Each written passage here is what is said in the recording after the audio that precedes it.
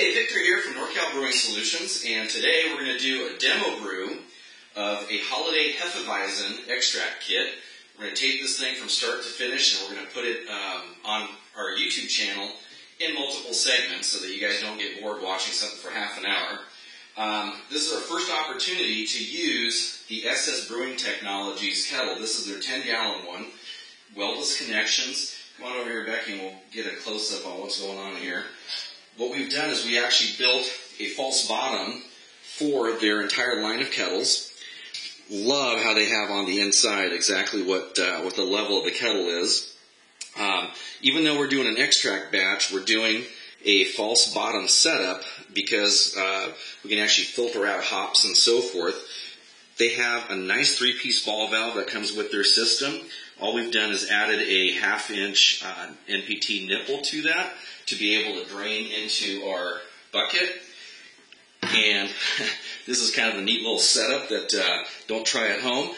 I actually built a stand out of false bottoms that we have in stock to get this thing off the ground. A, it's a plastic floor, we don't want to burn it. And B, it gives me plenty of height to go ahead and do a siphon by using a 1/2-inch hose to be able to drain this through the false bottom and into the bucket. We're going to do a water test with this since we've not used this before, and I encourage you to always do a water test on any brew day. The last thing you want to do is be halfway through your brew and all of a sudden things start leaking out. So even if you have a welded connection, I suggest you do a test every time. Especially this time we're going to do it because we've not used this setup before. So we're going to go ahead and put water in right now. Kind of nice to have the setup here in the back room of NorCal Brewing Solutions where we can do this kind of stuff. We'll make sure the valve is closed, of course. We want to make sure we get not just past the dip tube connection, but we also want to make sure the port where the thermometer would go also goes underwater and we don't have any leaks. Okay. Well, you can sure smell that chlorine from the City of Reading Water District. That's actually one of the reasons that we brew with bottled water, which we're going to be getting to in a minute here. We have absolutely no leaks. With the weldless connection, you're going to have a little bit of play. As long as the rubber grommets, the silicone seals are there, there shouldn't be any problems. Pull this open, and we're good to go. So I think we're ready to start doing our brew. First thing I want to do now is get rid of the city water that I have in here, pour it out, get rid of the chlorine, and go with the bottled water. So we're going to do that right now. Notice that the false bottom did not come out, even though I have the pot completely upside down. It's because of the design of the dip tube with these kettles that they've got from SS Brewing. And the way went over here, Becky, we're going to quickly show the insertion and extraction part of this. It literally just pops in and out just like that.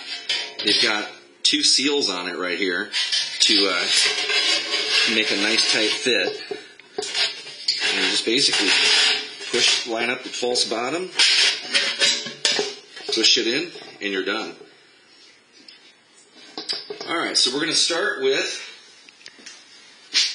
adding 3 gallons. We're doing the holiday Hefeweizen kit. One of the things I like to do is before I start doing any brewing is laying out the equipment and supplies in the order that I'm going to be using them. That helps me to remember the steps.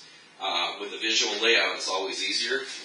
And all our ingredient kits come with very detailed instructions from start to all the way to bottling.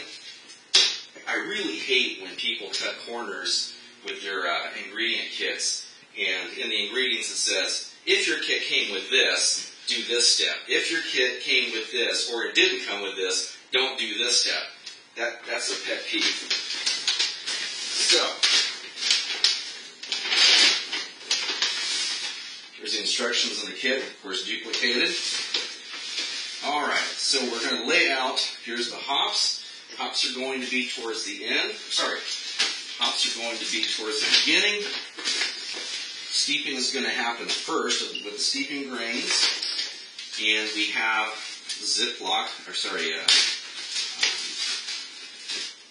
muslin bags that are going to be for the hops as well as for the steeping grains. I know those are 60-minute hops, so that's going to go towards the beginning. Bottle caps, don't need those today at all. That's for the very end. Priming sugar, don't need that today. They'll be at the end. Here's our secret ingredient for this beer, and that is actually fruitcake fruits. That's going to be towards the end. Fermax, all our kits come with yeast nutrient. That's going to be towards the end. Yeast, definitely after boil. Did that mistake before? And alright, we've got our dried malt extract. This particular ingredient kit comes with 8 pounds of dried malt extract. It produces about a 6% beer if everything goes right. And in this particular case, half of it is Pilsen malt and half of it is wheat malt. Obviously, we're going to have 3 gallons of water that we're going to heat. Next, we're going to do the steeping grains, and they come with their own little muslin steeping bag. Once that's done, we're going to boil the dried malt extract. We're going to add our 60-minute hop addition. This is the only hop addition for this entire beer because we're trying to really highlight the spices and cinnamon and fruits from the fruitcake mix. The yeast nutrients want to go towards the end, and we're going to do the hops in a muslin bag as well. Towards the end, we're going to put the wort chiller in to sanitize it while we're still boiling. And then I like to actually take everything that comes out of the boil kettle and strain it through a straining bag as it goes into the fermentation vessel. We're going to top off to the 5-gallon mark with up to 3 additional gallons of water. Then we're going to pitch our yeast after forced cooling with the wort chiller. We're going to add our airlock, and the bucket and lid go on, and hopefully we're drinking beer in about 3 weeks. One thing I want to mention is that every brewer's got their own style. So what you see me doing works for me. It's by no means the only way to brew, but is kind of what works for me. You may not want to strain through a straining bag. I like straining it because I figure the less trube that gets into my fermentation vessel, the easier a time the yeast are going to have to dig through and eat all the sugars out. If I'm dumping a whole bunch of stuff that I worked so hard to boil out of my wort right into my fermentation chamber, it seems to me, at least, to just get in the way of the yeast really doing a good, fast, clean job. Equipment-wise, we've got a Blickman burner, really nice toy, love it. Have our gas hooked up to it. Again, got a couple of false bottoms to keep everything off the ground. A, because we've got a plastic floor. B, because I want to make sure that we've got plenty of drop for creating suction out of the kettle. And at this point, we're ready to add our first water, which is 3 gallons, using purified water simply because the water here in the city of Reading at NorCal Brewing Solutions has got an awful lot of chlorine in it, and purified water does not. Make sure the valve is closed.